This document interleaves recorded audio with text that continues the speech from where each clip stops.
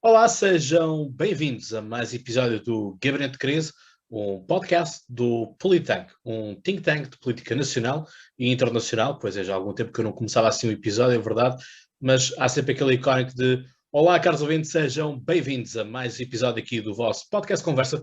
Pois é, aqui estamos nós nesta dualidade em que ora estamos no podcast Conversa, ora estamos no Gabinete de Crise do Politank. Portanto, eu e o Vasco temos este condão, não é, Vasco? Já estamos aqui há uma série de episódios e, Verdade. portanto, tem sido assim uma dinâmica bastante interessante. Não sei quanto a ti. É dar continuidade. É dar A continuidade. receita parece que está tudo bem. Equipa que ganha não mexe, não é? Costuma-se dizer.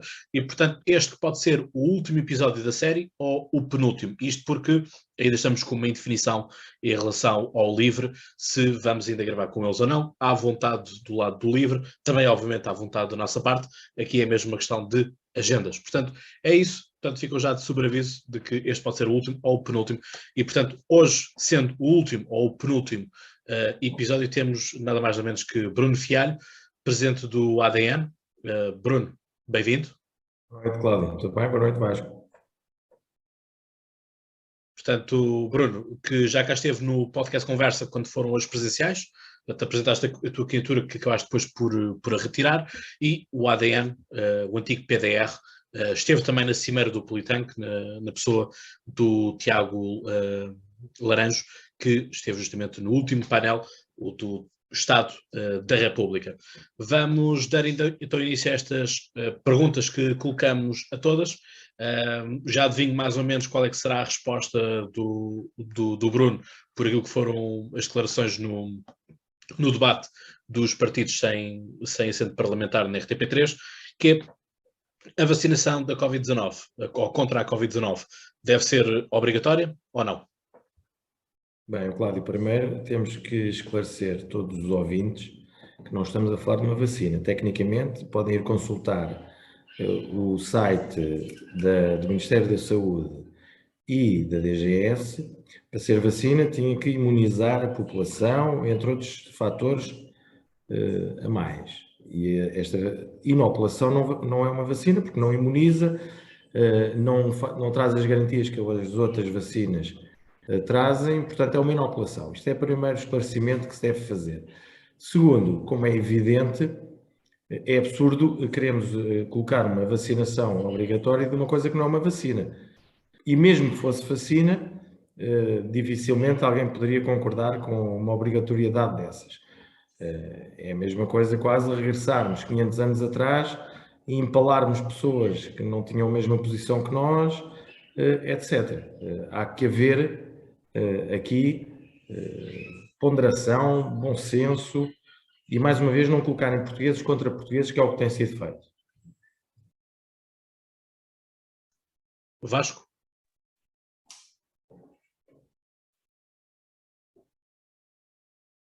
Estás sem som, Vasco.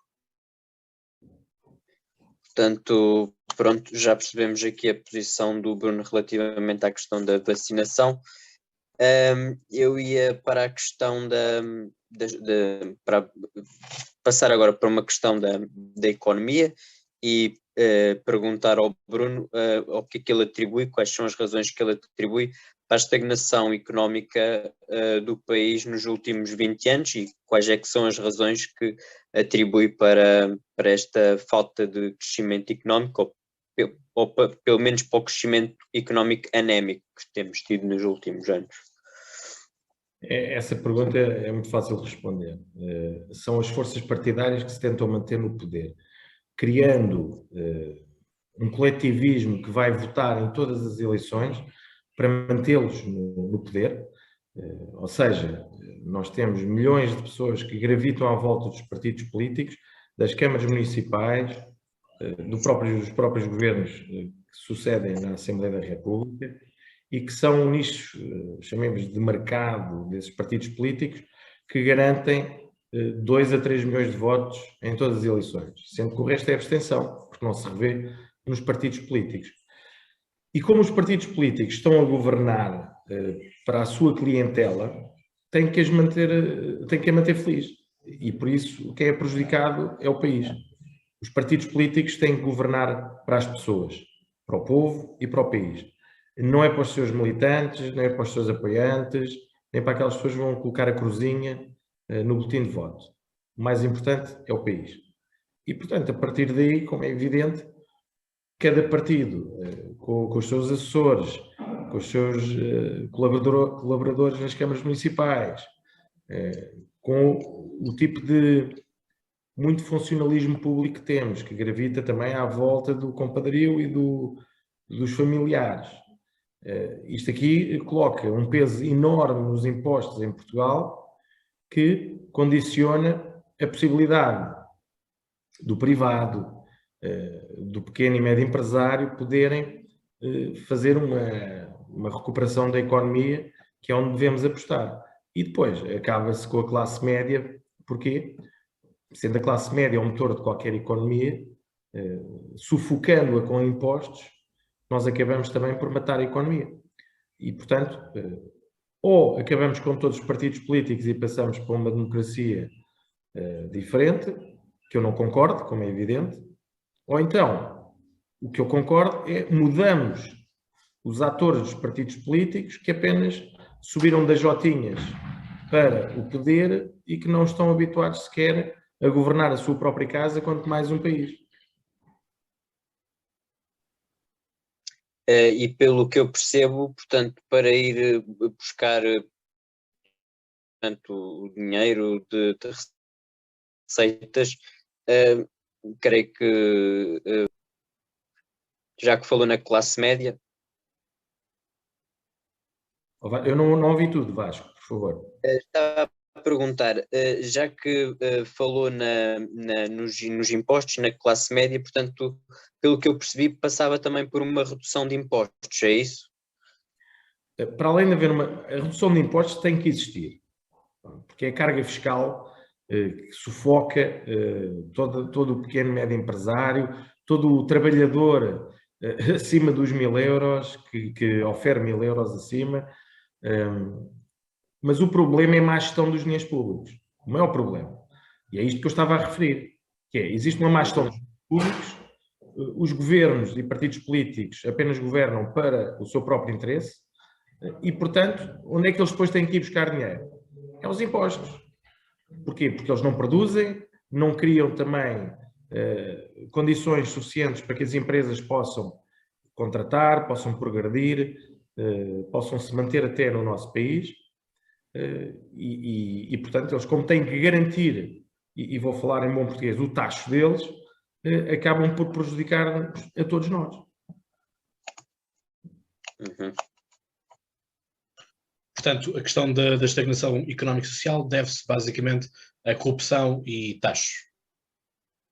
Não, deve-se a muitos mais outros fatores. Isso aí é muito redutor. Quais então? Eu já expliquei, mas explico novamente. Portanto, são os interesses políticos e partidários. Primeiro ponto. Isso faz com que toda a condução de estratégia económica, social e política seja condicionada. Porque as pessoas depois, para se manterem com os seus lugares, quer nos partidos, quer no governo, quer em câmaras municipais, primeiro têm que colaborar com aquelas pessoas que os apoiam. Todos nós sabemos isso, portanto, não é preciso andarmos aqui a brincar, fechar os olhos, que isto é o que acontece no nosso país há 47 anos. Pronto. E isso faz com que aquele empresário, aquele pequeno e médio empresário, o trabalhador da classe média, que quer investir, que quer fazer algo produtivo, não o consiga fazer porque está sufocado de impostos que servem para pagar os erros dos partidos políticos e do governo. Portanto, não há falta de dinheiro em Portugal, eu sempre defendi isto. Isto está mal gerido. E se começarmos a gerir bem, conseguimos descer a carga fiscal e conseguimos fazer Portugal ser um país mais produtivo. Isto é muito simples. Agora, temos é que efetivamente acabar com o compadrio que existe na política, porque é indiferente quem lá esteja. Aliás, vai-se verificar nestas eleições que vamos ter seguramente no dia 31 motivos para ficar bastante desiludidos, porque vão fazer coligações, seja com quem for, apenas para manterem os cargos políticos. E já agora, para acabar com isso compadrio, portanto, para combater a corrupção de forma geral, o que é que o Bruno propunha, assim como principais medidas, assim logo à cabeça? Bem, em primeiro lugar, todos falam de corrupção e nunca se fala dos corruptores. O problema maior são os corruptores. Isto é basicamente como estar a atacar o tráfico de droga e não ir atrás dos traficantes. Nós não vamos atrás dos traficantes em Portugal, ou seja, dos corruptores. E andamos sempre todos aqui nos programas televisivos a falar de corrupção, corrupção, corrupção, mas nunca falamos do principal, que é os corruptores. Portanto, as primeiras medidas têm que ser colocadas para o lado dos corruptores e haver investigações sérias, perseguições eficazes, efetivamente, condenações. Ponto. Dos corruptores. A partir do momento que nós acabemos com os corruptores, não vai haver corrompidos. Ora, como todos nós sabemos, há muito mais corrompidos do que corruptores. Portanto, é muito mais fácil atacarmos o topo da pirâmide. E é isto que ninguém ousa falar. Porquê? Porque os corruptores estão na nossa sociedade no patamar cimeiro. E, portanto, eu afirmo que vamos atrás dos corruptores. Ok, vamos no dia 30 vamos todos atrás dos votos e, portanto, a questão aqui também foi algo que nós debatemos na cimeira do Politank, que é a questão de, apesar de aparecerem novos partidos, ou de alguns partidos se reformularem, como mais recentemente aconteceu com o PDR passou a ADN, ou o PNR passou a ERCT, o ponto aqui é a questão de perceber porque é que se pode fazer mais pela relação de eleito e eleitor, porque tal como nós, estava eu aqui a dizer que debatemos na mesma cimeira, apesar de terem aparecido outros partidos, a abstenção não baixou, pelo contrário subiu. Portanto, algo está a acontecer de que mesmo com novos partidos, esses novos partidos não são capazes de seduzir, não são capazes de conseguirem trazer novos eleitorados, ou um eleitorado que está adormecido, ou que simplesmente não quer saber de política e, portanto, não quer saber tão pouco dos partidos, porque os partidos acabarão, na mente de algumas pessoas, por ser todos eles iguais. Portanto, aquilo que nós temos como uma alternativa é a questão do voto uninominal e a criação de círculos uninominais e o voto preferencial. Ou seja, as pessoas votam diretamente no deputado que lhe pede o voto e, portanto, há aqui um maior escrutínio, conseguimos apontar diretamente o dedo, porque continuamos, para todos os efeitos, a reproduzir eleições após eleições. E, aliás, o Chega é padroeiro nessa questão, quando tem na sua propaganda que André Ventura é candidato a primeiro-ministro, quando tal não é verdade, porque ninguém é candidato a primeiro-ministro, todos são candidatos a deputado da Assembleia da República. Portanto, de acordo com o Bruno e com o ADN, que estratégia é que devem ser adotadas e depois se é favorável a este tipo de sufrágio que propomos e que falamos aqui. Qualquer democracia mais participativa merece o nosso apoio. Mas nós vamos um pouco mais longe. Não é possível implementar as regras que todos desejamos num curto espaço de tempo, porque o ADN com certeza não conseguirá ser governo nas próximas eleições. Se o fosse, seria simples, ou mais simples, fazê-lo. O que é que nós conseguimos tentar colocar a apreciação na Assembleia da República? Será aqui um misto de um referendo especial em que vai determinar um posicionamento político dos partidos e do próprio governo relativamente às leis, decretos-leis, regulamentos, posições que tomam. Que é o seguinte: se em cada discussão, se em cada lei, se em cada proposta, em cada projeto, houver um referendo em que as pessoas possam ir colocar a sua opinião, esse referendo online, por escrito, seja o que for, em que não é vinculativo, mas que acaba por vincular politicamente o governo ao aprovar. Porque hoje em dia vemos muitas vezes aprovações de leis ou de outras situações em que os partidos e o próprio governo dizem: nós estamos legitimados porque vencemos umas eleições. Se houver ao lado dessa votação 100.000 pessoas a dizer que são contra determinada lei, ou determinado projeto de lei, ou determinada resolução, essa legitimação já perde a partida. Portanto, isto é o primeiro passo para uma democracia mais participativa. Porque nós também não é por decreto que vamos mudar a consciência das pessoas. Porque se as pessoas fossem votar, isto não estaria nestas condições em que está o nosso país. Infelizmente as pessoas são elas próprias que desistiram da democracia, desistiram de acreditar e com muita razão, porque com os políticos e partidos que temos, não vamos lá. Pronto. Agora, há que estimular as pessoas a participar. Portanto, isto não vai lá por decreto, só se alguém colocasse um voto obrigatório e mesmo assim seria muito inusitado da pessoa de repente começar a participar politicamente. O participar politicamente é através disto. É dar a sua opinião, é participar, é dizer que sim ou que não, é dar ideias. E é isso que nós promovemos. Esta democracia participativa, que vai depois condicionar os partidos políticos, que ficam, com certeza, com uma balança do que é que podem e não podem fazer. E deixam de poder dizer: eu aprovei esta lei porque estava legitimado com a percentagem que tive nas eleições. Isso vai acabar se as pessoas realmente participarem mais.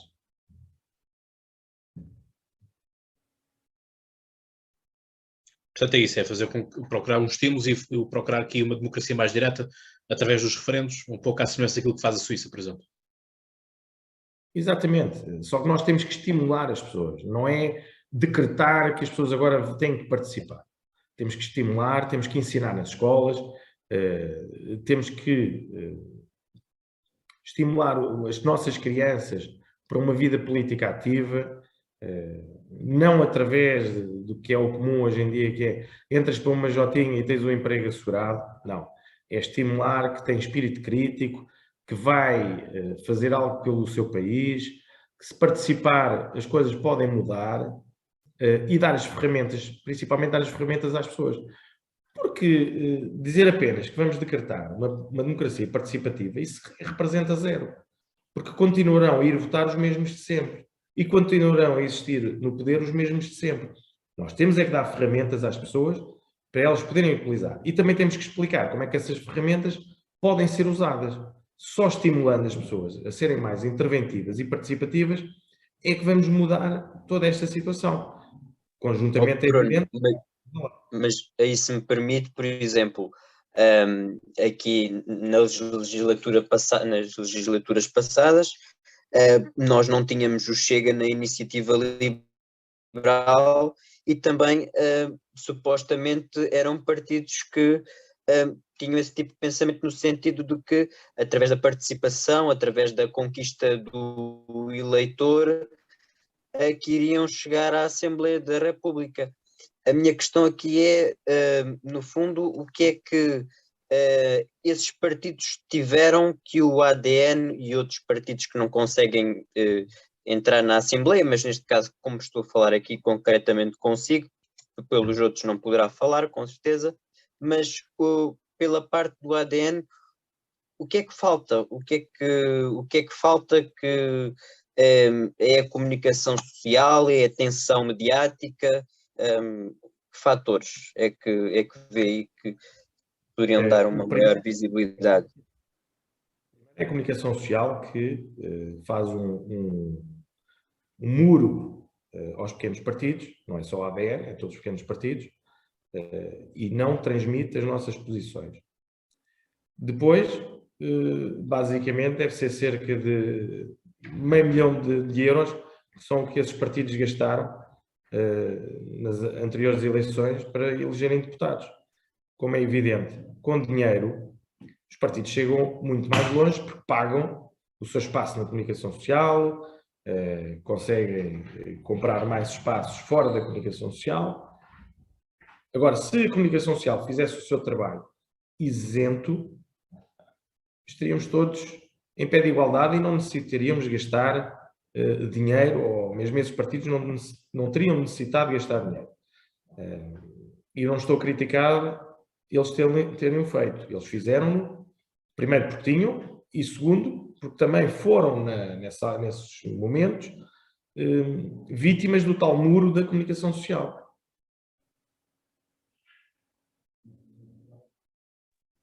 Vasco, próxima pergunta.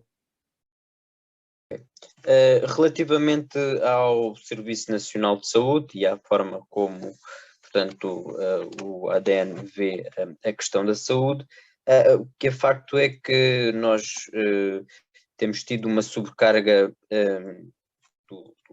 do Serviço Nacional de Saúde ultimamente, mas também, por outro lado, a saída de profissionais de saúde ou para o setor privado ou para a imigração, porque o sistema de saúde não consegue captar cá os médicos que se formam e que, no fundo, o Estado investe neles. Como é que nós podemos contrariar isto, Bruno? Quer a deserção dos profissionais de saúde para o setor privado, quer a sua imigração para o exterior, portanto, para o estrangeiro. Dar condições de trabalho aos profissionais de saúde, colocá-los com salários dignos, relativamente até ao setor privado. Não podemos querer que o SNS dispute com o privado se não pagar o mesmo aos seus profissionais. Quer dizer, isto aqui não cabe na cabeça de alguém que acha que um médico vai trabalhar quase de borda para o SNS quando tem uma proposta muito vantajosa no privado. Agora, o maior problema reside é que no privado, usualmente os profissionais de saúde trabalham quer através de meritocracia, mas principalmente com estímulos salariais. Ou seja, no SNS, um médico, se atender 3 pessoas por dia, recebe o mesmo ao fim do mês do que se atender 20 por dia. E no privado não é assim que acontece. Ou seja, temos que também adaptar isso para o público e fazer com que o médico no público, título de exemplo, consiga ver 20 doentes, 30 doentes por dia, que é o que faz no privado. No fundo, aquilo que propõe é que aquilo que se faz no privado se faça também igualmente no público. É isso? Não. O que se faz de bem no privado pode-se fazer no público. Não é o que se faz no privado. Há muitas coisas que estão mal feitas no privado. Agora, se nós conseguimos ter o melhor dos dois mundos, e principalmente o SNS tem que ser competitivo em relação ao privado, como é evidente, temos que ir buscar as melhores soluções onde elas estão. Onde é que elas estão? Na maior parte das vezes no privado. Sempre a pensar nos utentes, que são a razão de existência do SNS.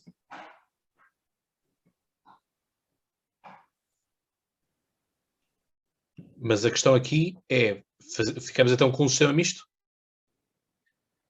Temos que ficar sempre com um sistema misto. Não podemos ter a saúde apenas nas mãos de privados. Isso aí é uma situação lógica e só na cabeça de neoliberais que, tal como nos países comunistas, não têm qualquer posição que possa ser defendida através de um exemplo, nós não podemos ter apenas a saúde no privado, senão acontece-nos o que acontece nos Estados Unidos da América, em que uma pessoa pode morrer se não tiver o cartão de saúde ou tiver o cartão de saúde caducado. Veja o exemplo, por exemplo, do Canadá, que é um país da América do Norte, e consegue ter essa situação muito bem desenhada e ter um sistema nacional de saúde fantástico, muito superior ao português, com bons salários para os profissionais, com equipamentos recentes, tudo, e portanto o utente é sempre protegido.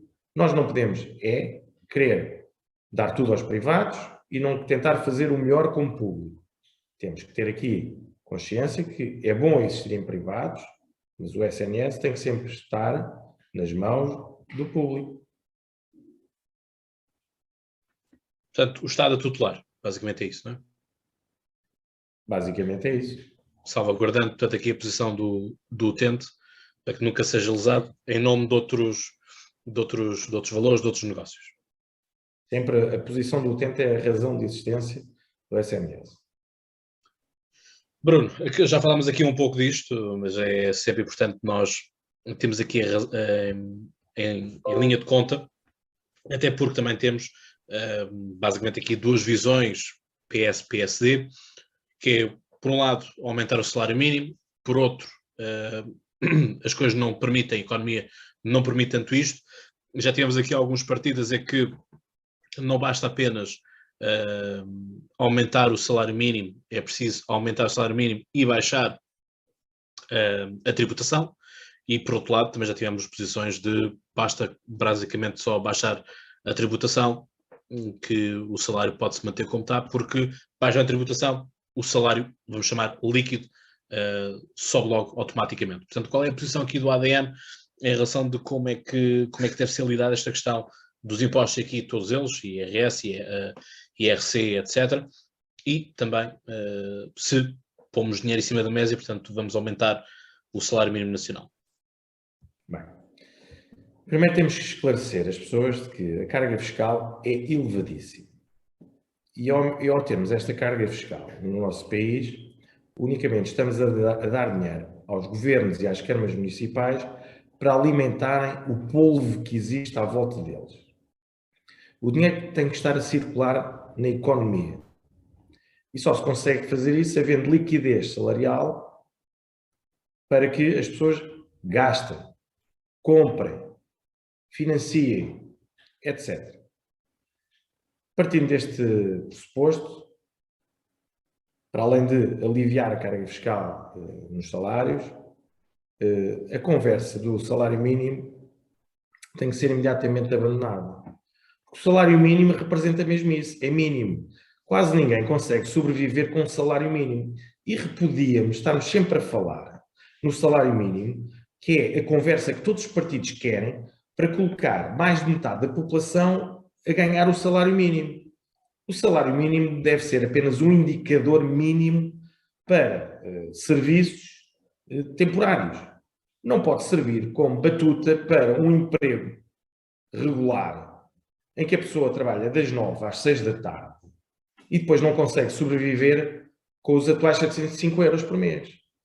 Portanto, nós temos é pugnar por melhores salários, favorecer a classe média, porque acabamos de ter só duas classes, que é a classe mais favorecida e depois uma classe baixa, que consegue até ter rendimentos mais altos do que a própria chamada classe média, que hoje em dia não existe.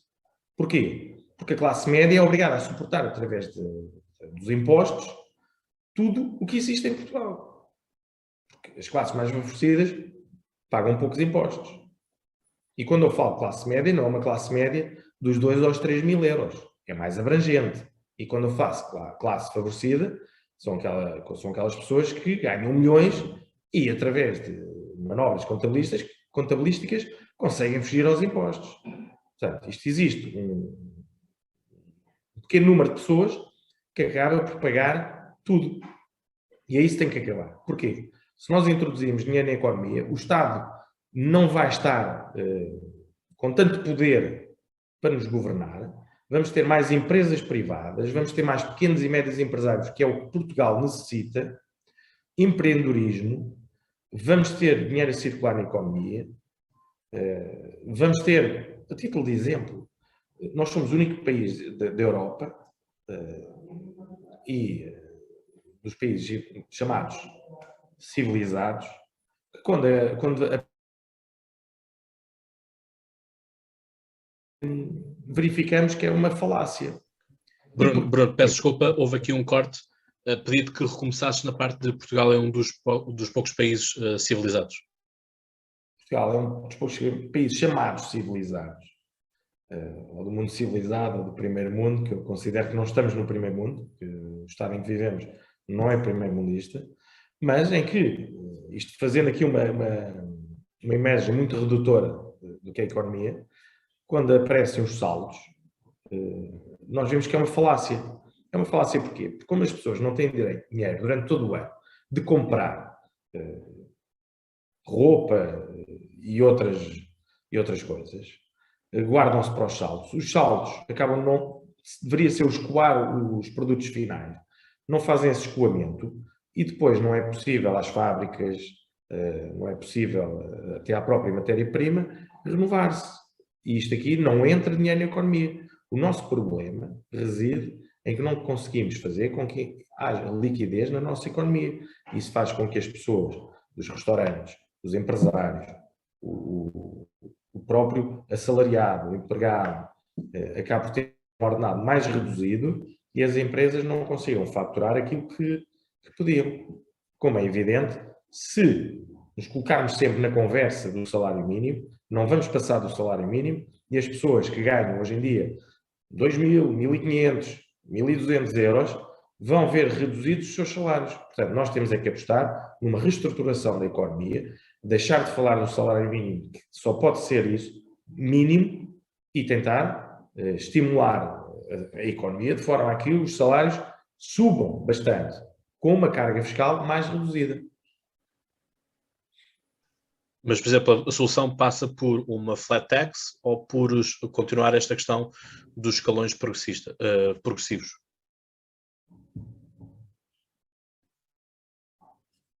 Cláudio, deixei-te ouvir porque o microfone está desligado.